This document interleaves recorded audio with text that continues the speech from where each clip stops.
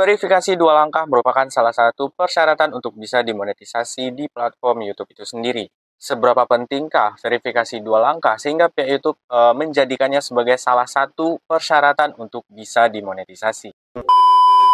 Sekarang kita coba langsung saja masuk ya di bagian YouTube Studio. Bagi teman-teman yang baru pemula, yang baru selesai membuat akun, teman-teman ketika masuk di bagian YouTube Studio, maka yang pertama yang harus teman-teman perhatikan yaitu adalah di bagian persyaratan monetisasinya.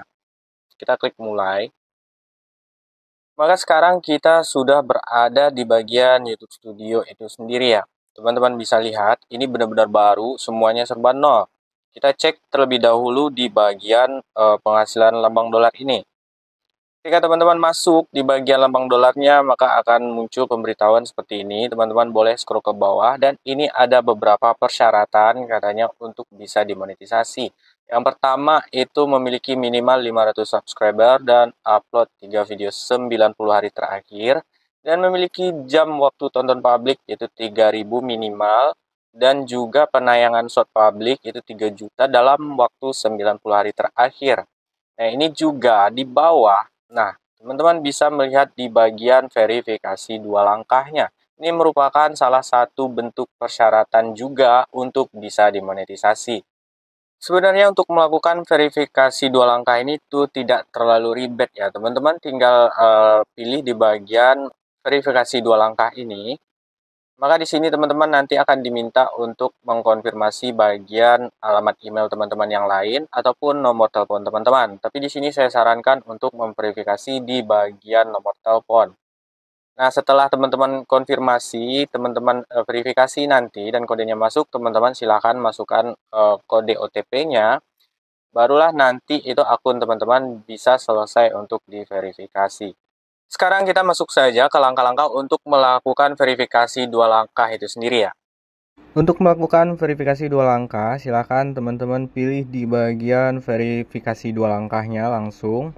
Lalu selanjutnya teman-teman akan diarahkan ke My Akun Google seperti ini. Berikutnya silakan teman-teman pilih di bagian tambahkan nomor ponsel atau nomor telepon. Lalu teman-teman masukkan pilih negara Indonesia ya, Konoha +62. Dan teman-teman silakan masukkan nomor telepon teman-teman masing-masing yang diawali dengan +62 lalu 8, nolnya dihilangkan ya, dan berikutnya. Setelah teman-teman masukkan nomor ponselnya seperti ini, lalu teman-teman silakan klik lanjutkan atau selanjutnya.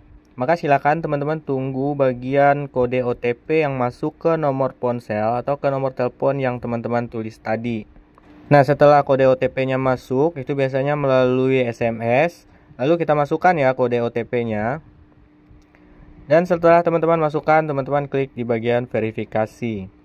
Maka, di sini teman-teman sudah selesai melakukan verifikasi dua langkah.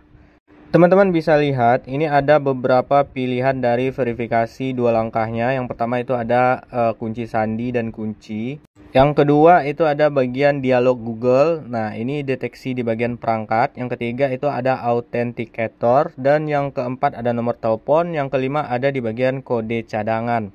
Nah, kelima bagian verifikasi ini bisa teman-teman isi semua. Namun jika teman-teman kesulitan, nah itu tidak terlalu penting juga. Teman-teman cukup di bagian verifikasi di bagian dialog Google dan nomor telepon saja. Nah, ini sudah selesai, berarti teman-teman sudah memenuhi salah satu persyaratan untuk monetisasi. Namun jika teman-teman masih mau mengisi di bagian kunci sandi dan kunci keamanan, maka teman-teman boleh melakukannya. Namun jika tidak, teman-teman cukup memverifikasi di bagian nomor telepon saja. Karena itu sudah bisa untuk memenuhi persyaratan untuk dimonetisasinya. Saya akan menjelaskan sedikit ya, meskipun tidak saya isi di sini di bagian kunci sandi keamanan, di bagian autentikator dan kode cadangan. Nah, di sini saya cuma mengisi di bagian dialog Google dan nomor telepon. Saya akan jelaskan satu-satu sedikit. Di bagian kunci sandi dan kunci keamanan, ini teman-teman nanti diperintahkan untuk mengisi lagi di bagian sandi yang kedua yang akan teman-teman gunakan.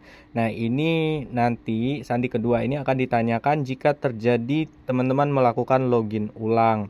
Nah, yang kedua itu di bagian dialog Google. Ini adalah deteksi perangkat. Jadi perangkat yang teman-teman gunakan sekarang itu sudah kedeteksi untuk login di akun yang ini.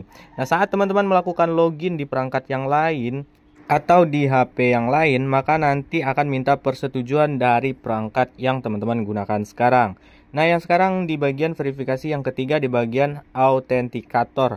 Di bagian autentikator ini merupakan salah satu bentuk verifikasi autentikator seperti autentikator Google yang mendeteksi di bagian kode scan. Nah, jadi nanti teman-teman akan membuat di bagian akun autentikator juga. Teman-teman boleh membuat akun autentikatornya di Google itu sendiri juga bisa. Nah, berikutnya ini adalah yang keempat itu verifikasi dengan nomor telepon. Nah, ini sudah jelas. Nanti ketika teman-teman melakukan login ulang, maka teman-teman akan diminta verifikasi kode OTP melalui nomor telepon yang sudah teman-teman tuliskan di sini atau yang sudah diverifikasi di sini. Nah, berikutnya di bagian kode cadangan. Nah, kode cadangan ini juga merupakan salah satu bentuk verifikasi dengan menggunakan kode cadangan yang ditautkan di akun email lain. Nanti teman-teman boleh screenshot atau simpan kode cadangannya untuk melakukan verifikasi jika terjadi kendala saat lakukan login ulang di akun Google teman-teman. Sekarang kita masuk ke bagian kegunaan dari verifikasi dua langkah itu sendiri. Sebenarnya kalau kegunaan dari verifikasi dua langkah ini itu untuk keamanan di akun teman-teman masing-masing ya. Jadi di sini setelah teman-teman melakukan verifikasi dua langkah, maka nanti setelah teman-teman melakukan login ulang kembali ke bagian akun Gmail atau akun Google teman-teman, itu teman-teman akan diminta kode verifikasi melalui kode OTP yang dikirimkan ke nomor ponsel yang sudah teman-teman verifikasi. Nah, seberapa penting sih untuk mengkonfirmasi login ulang dengan menggunakan kode OTP di bagian akun Google kita? Ini sangat penting sekali ya. Kalau menurut saya, ini akan menghindari salah satu dari kejahatan di dunia online itu sendiri. Yang pertama itu kejahatan scamming. Yang kedua di bagian kejahatan hacker. Nah, ini akan mempersulit mereka untuk melakukan hack ataupun untuk melakukan scam terhadap akun teman-teman. Oke guys, sampai di sini dulu video saya kali ini. Sampai jumpa di video-video berikutnya. Wassalamualaikum warahmatullahi wabarakatuh.